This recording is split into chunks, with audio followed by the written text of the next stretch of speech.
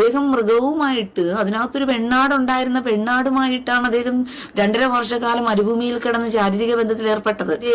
ബെന്യാമിന്റെ ആടുജീവിതം എന്ന് പറയുന്ന നോവലിനകത്ത് പറഞ്ഞിരിക്കുന്നതിനനുസരിച്ച് അദ്ദേഹം ആ ഭാര്യയെ ഓർത്തിട്ട്, അതായത് അവിടെ വെച്ച് തന്റെ ശാരീരികമായിട്ടുള്ള ഫ്രസ്ട്രേഷൻ തീർക്കാൻ വേണ്ടിയിട്ട് ഒരു പെണ്ണാടുമായിട്ട് ബന്ധപ്പെട്ടിരിക്കുന്നു. അതായത് മൃഗഭോഗം. ആടുജീവിതം മലയാള സിനിമയുടെ തന്നെ ഭാവി മറിച്ചെഴുതാൻ കഴിയുന്ന ഒരു സിനിമ എന്നൊക്കെയാണ് സോഷ്യൽ മീഡിയയും അതുപോലെ തന്നെ മീഡിയയും ഒക്കെ പറയുന്നത്. സോഷ്യൽ മീഡിയയും ഒക്കെ പറഞ്ഞെങ്കിലും കണ്ടിറങ്ങിയ പ്രേക്ഷകരും അത് തന്നെയാണ് പറയുന്നത്. കണ്ടിരുന്ന ഓരോ പ്രേക്ഷകന്റെയും കണ്ണു നിറഞ്ഞു പോയി എന്നൊക്കെയാണ് കേൾക്കാൻ സാധിക്കുന്നത്. ഒരു മനുഷ്യൻ മരുഭൂമിയിൽ കിടന്ന് അനുഭവിച്ച കഷ്ടതകളെ ഇത്രയും മനോഹരമായി ചിത്രീകരിച്ച് ആ മനുഷ്യന്റെ കഷ്ടപ്പാട് നമ്മളിലേക്ക് എത്തിച്ച് നമ്മൾക്കും അത് ഫീൽ ചെയ്യുന്ന രീതിയിൽ ആ സിനിമ എടുത്തു വെച്ചിട്ടുണ്ട്. അതുകൊണ്ട് തന്നെ ആൾക്കാരെ ഇരു കൈ നീട്ടി ആ സിനിമ സ്വീകരിക്കുകയും വളരെയധികം സക്സസ് ആയിട്ട് ആ സിനിമ ഓടുകയും ചെയ്യുന്നുണ്ട്. അതുപോലെ തന്നെ ആ സിനിമയിലെ ഒറിജിനൽ നായകൻ നജീബ് എന്ന മനുഷ്യൻ ഇതൊക്കെ അനുഭവിച്ചിട്ടുണ്ടോ എന്ന് അത്ഭുതമാണ് തോന്നുന്നത്. കാരണം ഇത്രയും കഷ്ടതകൾ അനുഭവിച്ചിട്ടും ആ മനുഷ്യൻ ഇപ്പോഴും നമ്മളോടൊക്കെ ചിരിച്ചുകൊണ്ടാണ് സംസാരിക്കുന്നത്. എനിവേ ആടുജീവിതമൊക്കെ വളരെ മനോഹരമായിട്ട് തന്നെ ഓടിക്കൊണ്ടിരിക്കുന്നു. വളരെയധികം സന്തോഷം. അതുപോലെ തന്നെ നജീബ് എന്ന് പറഞ്ഞ മനുഷ്യന് ഒരുപാട് അംഗീകാരങ്ങളും കിട്ടുന്നു. വളരെയധികം സന്തോഷം. ഇപ്പോൾ ആടുജീവിതത്തിനെ കുറിച്ച് പറഞ്ഞത് നിങ്ങൾ തുടക്കത്തിൽ കുറച്ച് കാര്യങ്ങൾ കേട്ടല്ലോ. അവരിരുന്ന് ആ ഒരു സ്ത്രീ ഇരുന്ന് എന്തുമാത്രം വൃത്തികേടുകളാണ് നജീബ് എന്ന് പറഞ്ഞ മനുഷ്യനെ കുറിച്ച് വിളിച്ചു പറയുന്നത് നിങ്ങൾ കേട്ടോ. ഇത്രയും വലിയൊരു വിഷത്തിനെ ഞാൻ എന്റെ ജീവിതത്തിൽ കണ്ടിട്ടില്ല. എന്തായാലും ആ സ്ത്രീ പറയുന്ന കാര്യങ്ങൾ നമ്മൾക്കൊന്ന് കേട്ടിട്ട് വരാം. ആടുജീവിതം എന്ന് പറഞ്ഞൊരു സിനിമ എടുത്തിരിക്കുന്നു. നിങ്ങൾ കണ്ടായിരുന്നോ? ആടുജീവിതം എന്നൊരു സിനിമ എടുത്തിട്ടുണ്ട്. നജീബ് എന്ന് പറയുന്ന ഒരു മനുഷ്യൻ സൗദി അറേബ്യയിൽ പോയപ്പോഴത്തേക്കും അദ്ദേഹത്തിന്റെ 2.5 വർഷക്കാലമുള്ള ഒരു മരുഭൂമി ജീവിതത്തെ എടുത്തു വെച്ചിട്ടാണ് അത് സിനിമയാക്കി വെച്ചിരിക്കുന്നത് തന്നെ. പക്ഷെ നിങ്ങൾ അതിനകത്തൊരു കാര്യം മനസ്സിലാക്കിക്കൊള്ളും. ആളുകളെല്ലാം അദ്ദേഹത്തിന്റെ മരുഭൂമി ജീവിതത്തെ വളരെ പ്രയാസത്തോടും കൂടിയും വളരെ വിഷമത്തോടു കൂടിയൊക്കെ അയ്യോ അദ്ദേഹം ഇങ്ങനെയൊക്കെ കഷ്ടം സഹിച്ചുവല്ലോ എന്നൊക്കെ ഓർത്ത് വിഷമിക്കുന്നു. അത് നമുക്ക് കേൾക്കുമ്പോഴും വിഷമം തന്നെയാണ് അദ്ദേഹത്തിന്റെ കഷ്ടത ഓർക്കുമ്പോൾ. കാരണം അറബികളുടെ നാട്ടിൽ പോയ ഒരു കാലത്തും അറബികൾക്കൊരു എന്താ പറയുന്നത് ഫ്രീഡത്തോടു കൂടി പണിയെടുക്കാൻ പറ്റില്ല. അവനൊരു അടിമയെ പോലെ തന്നെയാണ് പണിയെടുക്കേണ്ടത്. ഇപ്പോഴും അറബികളുടെ നാട്ടിൽ നിങ്ങൾ വിചാരിക്കുന്നുണ്ടോ അവരൊക്കെ ഫ്രീഡം ആണെന്ന് പറഞ്ഞിട്ടല്ല. യഥാർത്ഥ ശമ്പളമല്ല അറബികൾ പണിയെടുക്കുന്നതിനനുസരിച്ച് കൊടുക്കുന്നത്. ഒരുവന്റെ ശമ്പളം എന്ന് പറയുന്നത് പോലും അറബികൾ പണിയെടുക്കുന്നതിന് തുല്യമായ ശമ്പളമല്ല കൊടുക്കുന്നത്. മറ്റു രാജ്യങ്ങളുടെ ശമ്പളം വെച്ച് നോക്കുമ്പോഴത്തേക്കും അറബികൾ ഇന്നും അടിമപ്പണി തന്നെയാണ് ചെയ്തുകൊണ്ടിരിക്കുന്നത്. അതായത് നമ്മുടെ നാട്ടിലെ സ്വാഭാവിക കൂലി എന്ന് പറയുന്നത്, കേരളത്തിൽ തന്നെ ഒരു മനുഷ്യൻ പണിയെടുത്തു കഴിഞ്ഞാൽ അവന്റെ സ്വാഭാവിക കൂലി എന്ന് പറയുന്നത് ഒരു മെക്കാട് പണിക്ക് പോകുന്നവനും 1000-1200 കൂലി. പക്ഷെ ബംഗാളിൽ നിന്ന് വരുന്നവനെ നമ്മൾ കൊണ്ടുവന്ന് പണിയെടുപ്പിക്കുന്നത് എങ്ങനെയാണ്? 800 രൂപയ്ക്ക് പണിയെടുപ്പിക്കും. അതിന്റെ അർത്ഥം എന്താണെന്ന് വെച്ചാൽ അത് അടിമ വേല എന്നാണ് അതിനകത്ത് ഉദ്ദേശിക്കുന്നത്. കൂലി കുറച്ചു കൊടുത്തുകൊണ്ട് അതേ പണിയെടുപ്പിക്കുന്നു എന്നുള്ളത് അടിമത്വത്തെ കാണിക്കുന്ന ഒന്നാണ്. അപ്പോൾ കേരളക്കാർ ഇത് എവിടുന്നാ പഠിച്ചതെന്ന് ചോദിച്ചു കഴിഞ്ഞാൽ അവര് പഠിച്ചിരിക്കുന്നതും എവിടെന്നാ പഠിച്ചിരിക്കുന്നത്?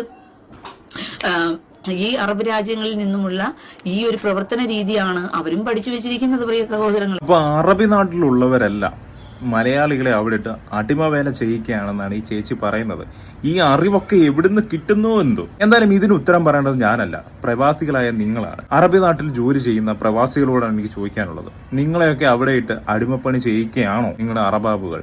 തീർച്ചയായിട്ടും നിങ്ങൾ കമന്റ് ചെയ്യണം കേട്ടോ. കാരണം ഇവരെ പോലുള്ള വിഷയങ്ങൾ പറയുന്നത് ആൾക്കാർ വിശ്വസിച്ചു പോകും. നമ്മുടെ കേരളം എന്ന് പറയുന്ന സംസ്ഥാനത്തിന് ഏറ്റവും കൂടുതൽ വരുമാനം തരുന്നത് അറബ് നാടുകളിൽ ജോലി ചെയ്യുന്നത് തന്നെയാണ്. അവർക്ക് അവിടെ അടിമപ്പണിയാണെങ്കിൽ ഒരിക്കലും അവിടെ മലയാളികൾ നിൽക്കുകയില്ലല്ലോ. അതുപോലെ തന്നെ ഗൾഫിൽ പോയി രക്ഷപ്പെട്ട ഒരുപാട് ആൾക്കാരുണ്ട്. അടിമപ്പണിയാണെങ്കിൽ അവരുടെ അറബാബുകൾ അല്ലെങ്കിൽ അവിടെയുള്ള അറബികൾ അവരെ ഇഷ്ട കഷ്ടപ്പെടുത്തുകയാണെങ്കിൽ അവരൊക്കെ വീണ്ടും ഒരുപാട് ആൾക്കാർ അറബി നാട്ടിലേക്ക് കയറി പോകുമോ? ഇതിനൊക്കെ ഉത്തരം പറയേണ്ടത് നിങ്ങൾ പ്രവാസികളാണ്. തീർച്ചയായിട്ടും ഇതിന് ഉത്തരം തരുമെന്ന് തന്നെ കരുതുന്നു. പിന്നെ ഈ സ്ത്രീ പറയുന്നത് എല്ലാ അറബികളും ഭയങ്കര വലിയ ദുഷ്ടന്മാരാണെന്നും അങ്ങനെയൊക്കെയാണ് ഈ സ്ത്രീ പറഞ്ഞു വെക്കുന്നത്. മോശപ്പെട്ട മനുഷ്യർ എല്ലാ സ്ഥലത്തും കാണും, അതിലൊന്നും തർക്കമൊന്നുമില്ല എന്ന് കരുതി അവിടെയുള്ള മനുഷ്യരെല്ലാം മോശപ്പെട്ടതാണ് എന്ന് ചിന്തിക്കുന്നത് അത് ഒരുതരം രോഗമാണെന്ന് മാത്രമേ എനിക്ക് പറയാനുള്ളൂ. ഞാന് ഇവിടെ പണിയെടുക്കുന്ന സമയത്ത് ഇവിടെയുള്ള വക്കീലന്മാര് ഞാൻ മുമ്പ് പണിയെടുത്ത വീട്ടിലൊരു വക്കീല പെങ്കൊച്ചുണ്ടായിരുന്നു. അവൾ എന്റെ സാലറി വെച്ച് ബേസ് ചെയ്തിട്ട് അവള് സംസാരിക്കുന്നതാണ്. ഞാൻ വക്കീലായിരുന്നിട്ട് പോലും എനിക്ക് നിന്റെ ശമ്പളം ഇല്ലെന്നാണ് അവള് പറയുന്നത്. പിടികിട്ടുന്നു നിങ്ങൾക്ക്? ഇവിടുത്തെ വക്കീലായിരുന്നിട്ട് പോലും അവക്ക് എന്റെ അത്രയും ശമ്പളം പോലും ഇല്ല എന്നാണ് അവള് പറയുന്നത്. അപ്പോൾ ഒരു അടിമത്വമല്ല ഇസ്രായേലിൽ എന്ന് പറയുന്നത്. ഇതുപോലെ തന്നെയാണ് മിക്ക രാജ്യങ്ങളും. നിങ്ങൾ യൂറോപ്യൻ രാജ്യങ്ങളൊക്കെ പോയി കഴിഞ്ഞാൽ അവിടെയൊക്കെ എന്ന് പറഞ്ഞു കഴിഞ്ഞാൽ വലിയ ഓഫീസ് വർക്ക് ചെയ്യുന്നവരെക്കാളും ശമ്പളം കൂടുതലാണ് മറ്റ് കോർപ്പറേഷൻ വർക്കൊക്കെ ചെയ്യുന്നവർക്കെന്ന് പറയുന്നത്. പ്രത്യേകിച്ചും അവിടെ വേസ്റ്റ് എടുക്കുന്നവർക്കൊക്കെ എന്ന് പറയുന്നത് നല്ല ശമ്പളമാണ്. അതിന്റെ ഇസ്രായേലിൽ മാത്രമേ നല്ല രീതിയിൽ ശമ്പളം കൊടുക്കാറുള്ളൂ. അല്ലെ എനിക്ക് അറിയാൻ മേലത്തോണ്ട് ചോദിക്കണം, നിങ്ങൾക്ക് ഈ അറിവൊക്കെ എവിടെ നിന്നാണ് കിട്ടുന്നത്? അറിവിന്റെ നിറകുട്ടമേ. എല്ലായിടത്തും പല ജോലി ചെയ്യുന്ന ആൾക്കാർക്ക് പല രീതിയിലാണ് ശമ്പളം കിട്ടുന്നത്. എല്ലാവർക്കും ഒരുപോലെ അല്ലല്ലോ ശമ്പളം കൊടുക്കുന്നത്. എന്തായാലും അറിവിന്റെ നിറകുട്ടമാണെന്ന് മനസ്സിലായി.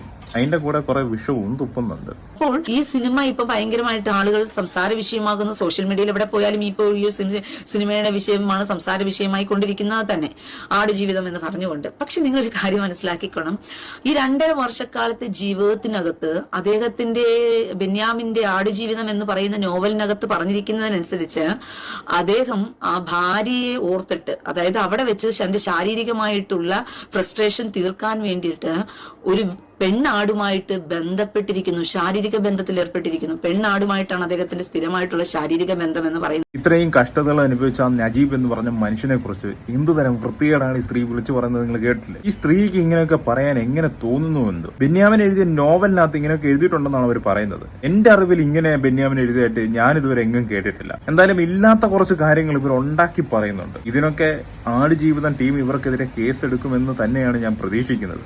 എടുക്കുകയും വേണം, കാരണം ഇമാതിരി വിഷങ്ങളെ ഒന്നും വെച്ചു പൊറപ്പിക്കാൻ പാടില്ല. അതായത് മൃഗഭോഗം. മുഹമ്മദ് കാമഭ്രാന്തന്റെ മതത്തിൽ നിന്നും ജനിച്ചു വളർന്ന മനുഷ്യനല്ലേ? അപ്പോൾ അദ്ദേഹത്തിന്റെ ജീവിതത്തെ അനുസരിച്ച് അത് സ്വാധീനിക്കുന്നു എന്നുള്ളത് നിങ്ങൾ മനസ്സിലാക്കിക്കൊള്ളണം. അദ്ദേഹം മൃഗവുമായിട്ട്, അതിനകത്തൊരു പെണ്ണാടുണ്ടായിരുന്ന പെണ്ണാടുമായിട്ടാണ് അദ്ദേഹം 2.5 വർഷക്കാലം മരുഭൂമിയിൽ കിടന്ന് ശാരീരിക ബന്ധത്തിൽ ഏർപ്പെട്ടത്. ആ പെണ്ണാടിനൊരു കുഞ്ഞ് ജനിക്കുകയും ആ കുഞ്ഞിന് നബീൽ എന്ന് അദ്ദേഹം പേരിടുകയും ചെയ്തിരുന്നു.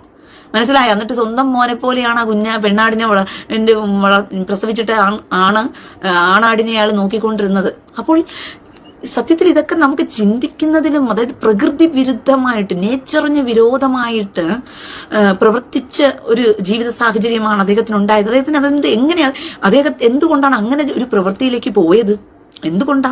കാരണം അദ്ദേഹം വിശ്വസിച്ച് വെച്ചിരിക്കുന്ന ഒരു മതത്തിന്റെ ചിന്തയും പഠിപ്പിക്കലും ഈ കുഞ്ഞുനാളുകളിലെ മദ്രസകളിൽ ചെല്ലുന്ന സമയത്ത് മദ്രസകളിൽ ഉസ്താദുമാര് ഈ ആൺകുട്ടികളെ എടുത്തുപയോഗിക്കുന്നത് ശാരീരികമായിട്ടുള്ള ആണോട് ചേർന്ന് ബന്ധപ്പെടുന്ന രീതിയിൽ എണ്ണപ്രയോഗം നടത്തിക്കൊണ്ട് നടത്തുന്ന വൃത്തികേടുകൾ കണ്ടു വളർന്ന മനുഷ്യന് പിന്നെ ഇങ്ങനെയല്ലാണ്ട് പിന്നെ എങ്ങനെ ചെയ്യാൻ തോന്നും? പ്രിയ സഹോദരങ്ങളെ, എനിക്കത് കേട്ടപ്പോ ഭയങ്കരമായിട്ട്, അതായത് ഒരു മരുഭൂമിയിൽ ജീവിക്കുന്ന മനുഷ്യന്റെ ജീവിതവും യാതനയൊക്കെ നമുക്ക് മനസ്സിലാക്കാവുന്നതേ ഉള്ളൂ. ആ ഒരു ആടുമായിട്ട് ബന്ധപ്പെടുന്ന ഒരു സ്ഥിരമായ ഒരു ജീവിതവും ഒക്കെ അത് മനുഷ്യ സമൂഹങ്ങളിലേക്ക് എത്തപ്പെടുന്നു. അത് കഥയായി മാറുന്നു. അതിനെ ആളുകൾ അദ്ദേഹത്തിനെ അങ്ങനെ ചെയ്ത ആ പ്രവൃത്തിയെ ഇപ്പൊ എന്ത് ചെയ്യാൻ പറ്റും? അതിനെ സിമ്പതിയോടുകൂടി കാണുന്നു. ഇതൊക്കെ എങ്ങനെ നമുക്ക് സമൂഹത്തിൽ അംഗീകരിക്കാൻ പറ്റും? പ്രിയ സഹോദരങ്ങളെ, നിങ്ങൾ ചിന്തിന് പോകുന്ന സമയത്ത്, പണ്ട് മുഹമ്മദ് കാമഭ്രാന്തന്റെ മതത്തിൽ യുദ്ധത്തിന് പോകുന്ന സമയത്ത് സ്ത്രീകളില്ലാതെ വന്നപ്പോഴത്തേക്കും മൃഗത്തിന്റെ കൂടെ ഭോഗിക്കുവാനായിട്ട് ആയത്തിറക്കി കൊടുത്തിയാ, അവര് അനുവാദം പറഞ്ഞു കൊടുത്തതാ. മനസ്സിലായോ? ഒട്ടകത്തിന്റെ കൂടെയും ഭോഗിച്ചിട്ടുണ്ട് നമ്മുടെ മുഹമ്മദ് കാമഭ്രാന്തൻ. പിന്നെ പ്രകൃതി വിരുദ്ധ പീഡനങ്ങളൊക്കെ നടന്നിട്ടുണ്ട്, നമ്മൾ വാർത്തകളും കണ്ടതാണ് എന്ന് കരുതി, അങ്ങനെ ചില ചെറ്റുകൾ ആ മതത്തിലുണ്ട് എന്ന് കരുതി ആ മതത്തിലുള്ള എല്ലാ ആൾക്കാരും അങ്ങനെയാണ് എന്നൊക്കെ വിചാരിക്കുന്നത് എന്തുതരം ലോജിക്കാണെന്ന് എനിക്ക് മനസ്സിലാവുന്നില്ല. എന്തായാലും ഈ സ്ത്രീ ഒരു വിഷമാണ്, അത്രേ എനിക്ക് പറയാനുള്ളൂ. അതുപോലെ തന്നെ ഒരു മതത്തിനെ തരം താഴ്ത്തി കാണിക്കുക, മതസ്പർദ്ധ ഉണ്ടാക്കാൻ ശ്രമിക്കുക, മതത്തിനെ കുറിച്ച് തെറ്റിദ്ധരിപ്പിക്കുന്ന കാര്യങ്ങൾ പറയുക എന്നുള്ള ഒരുപാട് കാര്യങ്ങളാണ് ഈ സ്ത്രീ വളരെയധികം ധൈര്യത്തോടെയാണ് ഇരുന്ന് വിളിച്ചു പറയുന്നത്. ഇവർക്ക് ഇങ്ങനെയുള്ള ധൈര്യമൊക്കെ എവിടുന്ന് കിട്ടിയെന്നാണ് എനിക്ക് മനസ്സിലാവാത്തത്. അതുപോലെ തന്നെ ഇതൊക്കെ കേൾക്കാൻ ആളുള്ളത് കൊണ്ടല്ലേ ഈ സ്ത്രീ ഇരുന്ന് വിളിച്ചു പറയുന്നത്. എന്തായാലും ഈ സ്ത്രീക്കെതിരെ ആടുജീവിതം ടീം തീർച്ചയായിട്ടും ഒരു കേസ് ഫയൽ ചെയ്യണം. കാരണം ഇമാതിരി വിഷങ്ങളെ നിയമം കൊണ്ട് നേരിട്ടില്ലെങ്കിൽ ഈ വിഷങ്ങൾ ജനങ്ങളെ തമ്മിലെടുപ്പിക്കും, നമ്മുടെ നാട് തന്നെ കുട്ടിച്ചോറാക്കും. നിങ്ങൾ തന്നെ ആലോചിച്ച് നോക്കിയാൽ മനുഷ്യർക്കാർക്കെങ്കിലും ഇങ്ങനെയൊക്കെ ചിന്തിക്കാൻ കഴിയുമോ? അതുപോലെ തന്നെ ഈ സമൂഹത്തിനോട് എനിക്ക് ഒന്നേ പറയാനുള്ളൂ, ഇതുപോലെയുള്ള വിഷയങ്ങളെ നിങ്ങൾക്ക് അറിയാമെങ്കിൽ, അല്ലെങ്കിൽ ഇതുപോലെയുള്ള വിഷയങ്ങളെ നിങ്ങൾ കണ്ടിട്ടുണ്ടെങ്കിൽ തീർച്ചയായിട്ടും അവരെ ഒറ്റപ്പെടുത്തുക. ഇവരെയൊക്കെ പ്രോത്സാഹിപ്പിക്കാൻ പോയി കഴിഞ്ഞാൽ അത് നമ്മളെ വലിയൊരു അപകടത്തിലേക്കാണ് കൊണ്ടെത്തിക്കുക. അപ്പോൾ ആടുജീവിതം എന്ന് പറഞ്ഞ സിനിമ കണ്ടവരുണ്ടെങ്കിൽ എങ്ങനെയുണ്ട് എന്നൊന്ന് കമന്റ് ചെയ്യുക. ഒരു മനുഷ്യൻ അയാളുടെ ആജീവനാന്ത കാലം മുഴുവനും അനുഭവിക്കാവുന്നതിന്റെ അങ്ങേയറ്റം അനുഭവിച്ചതാണ് ആടുജീവിതം. അതുപോലും മനസ്സിലാക്കാതെ ആ മനുഷ്യനെ കുറിച്ച് വൃത്തികേട് പറയുന്ന ഇതുപോലെ കുറെ എണ്ണങ്ങൾ.